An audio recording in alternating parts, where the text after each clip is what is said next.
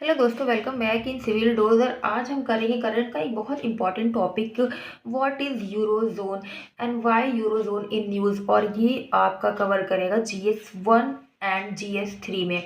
तो देखिए दोस्तों, अभी आपने देखा होगा 1 जनवरी 2026 को बुल्गारिया जो है वो 21st कंट्री बन गया है यूरोजोन का।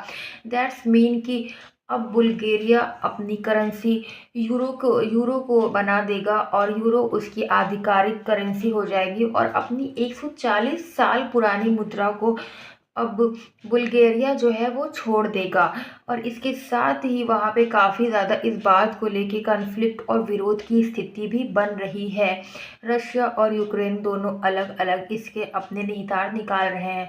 अब यूरोजोन क्या है? तो यूरोजोन वो है कि जो भी देश अपनी आधिकारिक मुद्रा के रूप में यूरो को अपनाते हैं और जिनकी मौद्रिक नीति यूरोपीय सेंट्रल बैंक द्वारा निर्धारित होती है, वो देश यूरोजोन में आ जाते हैं।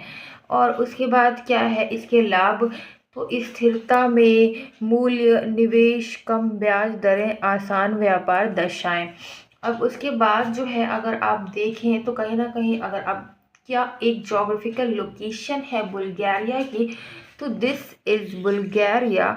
और इन कौन कौन से देशों से इसकी सीमाएं लगती हैं? तो देखिए, आप नॉर्थ में रोमानिया है, उसके बाद वेस्ट में सर्बिया, साउथ वेस्ट में मैसिडोनिया, साउथ में ग्रीस, साउथ ईस्ट में टर्की एंड इधर आपको ब्लैक सी दिखेगा इसके ईस्टर्न पार्ट में।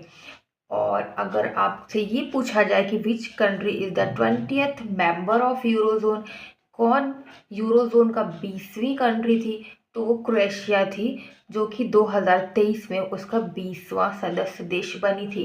एंड बुल्गारिया 2026 में उसका 21वां सदस्य देश बन रही है, जिसके साथ ही वो यूरोपीय संगठन में एक मजबूत देश ही बन जाएगा और उसे नेटो की भी कई सारी सहायताएं व सेवाएं मिलने लगेगी। तो दैट्स ऑल फॉर यूरोजोन। ऐसे ही बनी रहिए, नेक्स्ट कोई और टॉपिक करेंगे।